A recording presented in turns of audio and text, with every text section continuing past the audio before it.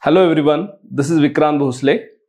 Today in this session we are going to discuss Goa club fire tragedy and the ethical issues surrounding it and what could be potential systemic measures.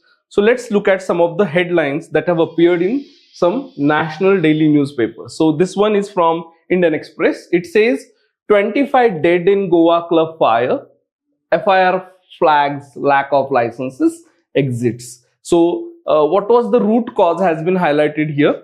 But second headline also highlights another issue, that is inequality, that most victims are migrant workers. Can ask, why did no one save them? So how could other people who were there got saved, but how only migrants became victim? Then third headline is the nightclub faced red flags since 2023. So there have been some people who have been raising the concerns regarding the lack of safety, and yet no attention was paid, it seems. Okay, let's look at second headline. Blame game begins over Goa nightclub inferno. Now this is appeared in today's The Hindu paper. Here the Roshan Redkar, who is Arpora Panchayat president, the village where it happened, at the club known as Birch by Romeo Lane, Roshan Redkar says that the state government had overruled the Panchayat decision to demolish the nightclub. So Panchayat had taken decision after proper audit to demolish the club, but the state had overruled. Now who the state is, according to this news article, the directorate has quasi-judicial power and can stay order issued by elected bodies in Panchayat. So the directorate of Panchayat, there is a body known as Director of Panchayat in Goa, and it can overrule the Panchayat decision. That is what is being claimed by the president of the Panchayat. But the MLA, local MLA Michael Lobo, disagrees. She says that the owner could get stay on Panchayat decision from Directorate because Panchayat could not follow the due process. So there is a sort of blame game going on. Now if you listen to environmental activists, what are they saying? The land on which the nightclub Birch by Romeo Lane operated was a salt pan fish farm. So it was an ecologically sensitive zone regulated by coastal regulation zone norms. But they violated it and nobody paid heed. That is what is being said here. So these are the two news articles. Now let's pay attention to the facts. 1. Fire broke out during peak hours with large crowd. So overcrowding is being implied here. Second, 25 people have been killed at least so far, the news confirms, and many more critically injured. Now critically ka matlab, anything can happen to their life depending on the situation. Possible causes, short circuit is being said, then poor fire safety norms or compliances. Rescue effort के बारे में क्या हुआ? The lane which was approaching the club was very narrow, so exit got blocked. Not many people could exit, and there was, of course, overcrowding when the fire happened. So these are the facts that has been reported in newspaper. Now let's look at some of the ethical issues. Okay, the first ethical issue is gross negligence. By whom? First, the club owner. In what? Ensuring safety. So club owner had a moral duty to safeguard human life. Second, overcrowding was happening beyond permitted capacity. So there is a regulation for crowding in Goa. Each club has to display the capacity of the club or the space, but that is not being followed. Then there were lack of fire audits. Then there were no alarms which would have alarmed the people who occupied the place. Then extinguishers also seem to be missing because no preventive or you can say curative action was taken once the fire was broken out.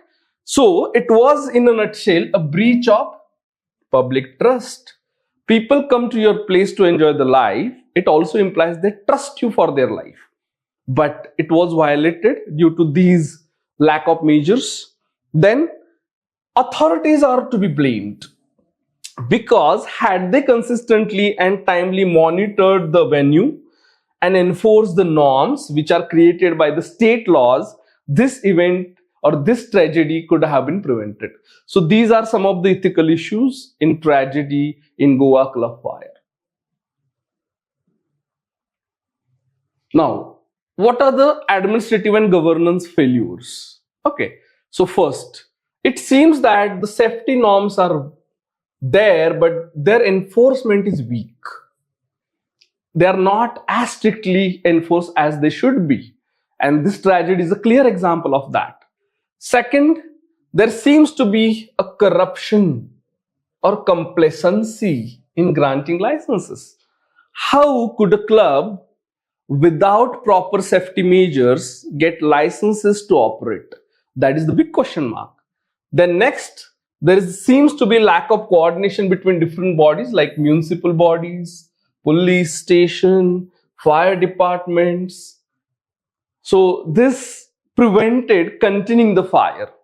Then there was delayed emergency response. If you read newspaper, okay, it is said in the newspaper that the place was away from the main road 400 meters inside where fire brigade couldn't reach because the lane was too narrow.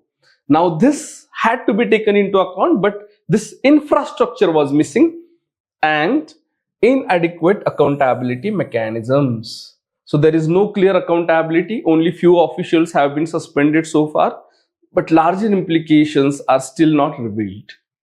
Now, what systemic reforms are required in order to prevent such tragedies from happening? First is periodic fire audits should be done mandatorily. Then digital safety compliance system bhi chahiye. So you can create a smart system which will help you to ensure safety of your place. Okay. Then for that you need strict penalties for mandatory periodic things. Cancellation of licenses in case of violations. ये भी होना चाहिए. Digital safety कैसे करोगे? By using IoT, Internet of Things, fire alarms, which can automatically give you clue about what is happening in your place. Then crowd density monitoring. It should also automatically inform managers that the place is being overcrowded and would no longer be safe for occupants. Then training of staff in emergency response. So again, dekho that most of the people who died were staff members. Had they been trained in for such eventualities, they would not have died in this way. They would have escaped the fire. So what is needed is training and also public awareness campaigns. Why? Because people who live around the places are also potential victims. So they need to be aware of such impending dangers and they should actively take part into local governance. So these are some of the reforms required. Now let's look at civil services point of view. Okay, how a civil servant should pay attention to such things. First thing is integrity. Okay, following rules, following laws, that implies integrity. Second, diligence, that carefully monitoring, okay, that whether the regulatory norms are being followed or not and discharging your role with respect to that responsibility. Then there is also need of empathy. In civil services, one should be empathetic towards public welfare. Then only he or she can be proactive in enforcing the safety laws. Then prioritizing human life over commercial interests and political pressures.